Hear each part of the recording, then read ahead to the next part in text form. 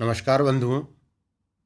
मैं दुष्यंत कुमार जोशी आपके सामने फिर से हाजिर हूँ अपनी इस पुस्तक क्यों मोदी और क्यों भाजपा, आओ जाने सफा सफा के साथ। देश में लोकसभा चुनाव नज़दीक हैं और मैं जनता को जागृत करने के इस जागरण काल में आपके पास उपस्थित हुआ हूँ।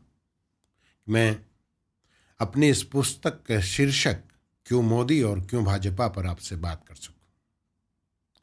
मेरा आज का जो विषय है वो इसी पुस्तक में समाहित है। मैं प्रश्न पूछना चाहता हूं और उस प्रश्न का जवाब भी आपसे चाहता हूं। मेरी बात को आप सुनें कि 2004 से 2013 तक सोनिया गांधी जी ने राहुल गांधी को इस देश का प्रधानमंत्री क्यों नहीं बनाया।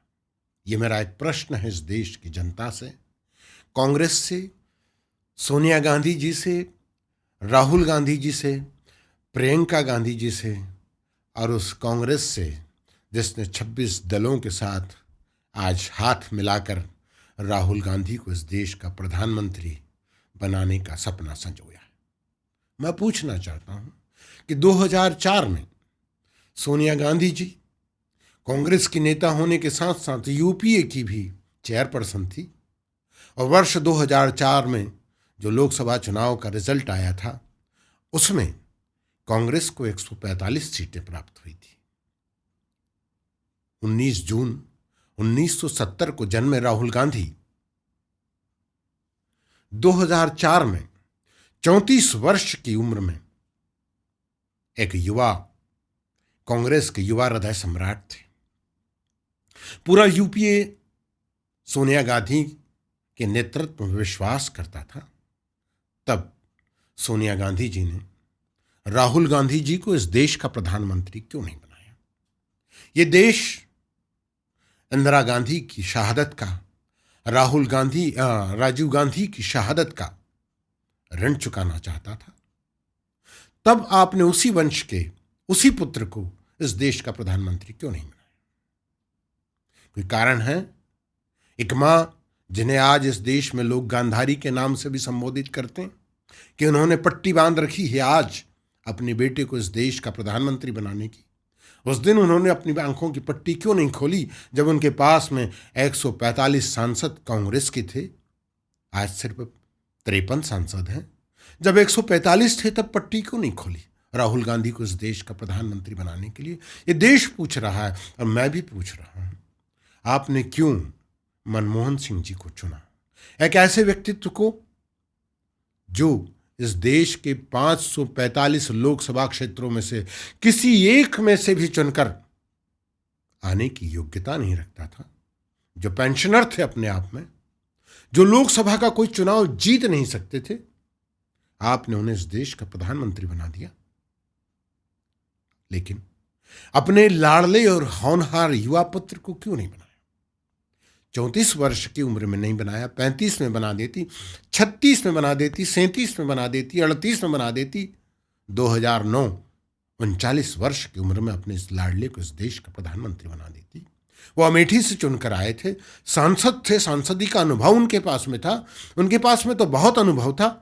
2009 तक तो वो इस देश के प्रधानमंत्री मनमोहन सिंह जी को टिप्पणियां देने लगे थे, समझ देने लगे थे, सीख देने लगे थे कैसे चलेगा इस देश का शासन। वह घोषित रूप से प्रधानमंत्री थे, फिर आपने उन्हें प्रधानमंत्री क्यों नहीं बनाया। चलिए, आपने न माना हो कि 39 वर्ष का युवा भी देश का प्रधानमंत्री बनने के योग्य है। यद्यपि आपकी इसी खानदान में 40 वर्ष की उम्र में राजीव गांधी जी इस देश के प्रधानमंत्री बन गए थे और एक ऐसे प्रधानमंत्री बने थे जिन्हें इस देश की जनता ने अपने सिर आंखों पर बैठाया था और 402 सांसदों का बहुमत उनके नेतृत्व में दिया था इस देश ने। उनकी सहनशीलता और उनकी सज्जनता सर माथे पर थी। कहीं उनके माथे पर कोई कलंक का टीका आया तो वो राजीव गांधी जी के कारण नहीं आया, वो इटली के कारण आया, वो क्वात्रोची के कारण आया, वो एंडरसन के कारण आया, इस देश में राजीव गांधी जी के कारण नहीं आया था। खैर, आगे बढ़िए। मैं आपसे पूछता हूं कि 2009 के बाद फिर लोकसभा का चुनाव हुआ। 2014 तक 45 वर्ष की उम्र तक आपने राहुल गांधी को इस देश का प्रधानमंत्री क्यों नहीं बनाया? क्योंकि 2009 में आपको 202 सीटें दी थी कांग्रेस को इस देश ने, पूरा 202 सीटें। इतना बहुमत किसी और दल को नहीं था, और आप यूपीए की चेयरपर्सन थी। फिर भी आपने मनमोहन सिंह को प्रधानमंत्री बनाकर रखा।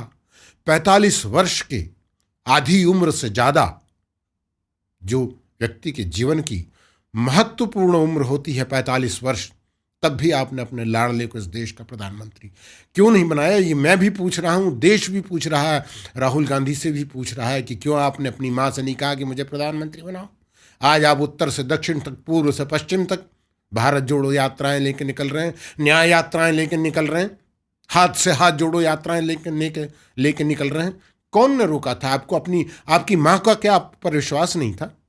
या जो 26 दल आज हैं, इन्होंने सोनिया जी गांधी के कान में जाके कह दिया था कि ये पुत्र योग्य नहीं है, प्रधानमंत्री के पद के काबिल नहीं है, ये नहीं चला पाएगा। और देखा भी इस देश ने आपके जैसे व्यक्तित्व के लिए 2700 वर्ष पूर्व आचार्य चाणक्य के श्लोक लिख के गए। यौवनम धन संपत्तिम प्रभुत्वम अविवेकताम एकैकम अनर्थाय किम यत्र चतुष्कम। यौवनम धन संपत्तिम प्रभुत्वम अविवेकताम, ये चारों दुर्गुण आप में एक साथ उपस्थित थे। इसे आचार्य चाणक्य ने 2700 वर्ष पूर्व देख लिया था, पर कांग्रेस और ये देश देख नहीं पाया। अनियंत्रित यौवन यदि किसी के पास में है और 4 पीढ़ियों का कमाया हुआ धन है, और उसके पास में अविवेक भी है, और उसके पास में प्रभुत्व भी है। आपके पास में प्रभुत्व भी था, आपकी मां का, आपके पूर्वजों के बलिदान का प्रभुत्व था आपके पास में। आप इस देश के प्रधानमंत्री के विवेक पर प्रश्न चिन्ह उठाते थे। वो आप ही थे जिसने 2013 में अध्यादेश जो इस देश के प्रधानमंत्री मनमोहन सिंह लेकर आए थे, उसे फाड़ दिया था। ये कम प्रधानमंत्री के पद की अवहेलना नहीं थी। तो ये जो चारों दुर्गुण, यदि इसमें से एक दुर्गुण भी किसी व्यक्ति में हो, यौवनम धन संपत्तिम प्रभुत्वम अविवेकताम, आप में तो ये चारों थे। यौवन भी था आपके पास में अनियंत्रित, आपके पास में संपत्ति भी खूब थी, आपके पास में प्रभुत्व भी खूब था, और आपके पास में अविवेकता भी थी। जब ये चारों किसी के पास में आ जाए तो उसका सत्यानाश हो जाता है। और एक ऐसे व्यक्तित्व को प्रधानमंत्री नहीं बना के सोनिया गांधी ने बहुत उचित किया, लेकिन आज फिर से उन्होंने राहुल गांधी जी को इस देश का प्रधानमंत्री बनाने का सपना पाल लिया है, और यही सपना इस देश के लिए खतरा है। जो 402 सांसदों वाली पार्टी को 53 सांसदों पर लाकर अपने नेतृत्व में लाकर खड़ा कर दे, उसे कांग्रेस कैसे प्रधानमंत्री बनाए, और ये देश कैसे प्रधानमंत्री बनाए? एक ऐसे प्रधानमंत्री के सामने जो सिर्फ राष्ट्र के लिए जीता है, जिसकी एक एक सांस, एक एक रोम नरेंद्र मोदी जैसे प्रधानमंत्री का इस देश पर अर्पित है, उसके सामने आपको कैसे चुना जाए? राहुल गांधी जी, यात्राएं कितनी भी कीजिए, पर अब आपको धार्मिक यात्रा की जरूरत है, राजनीतिक यात्राएं बंद कीजिए। जय हिंद, वंदे मातरम, वंदे मातरम।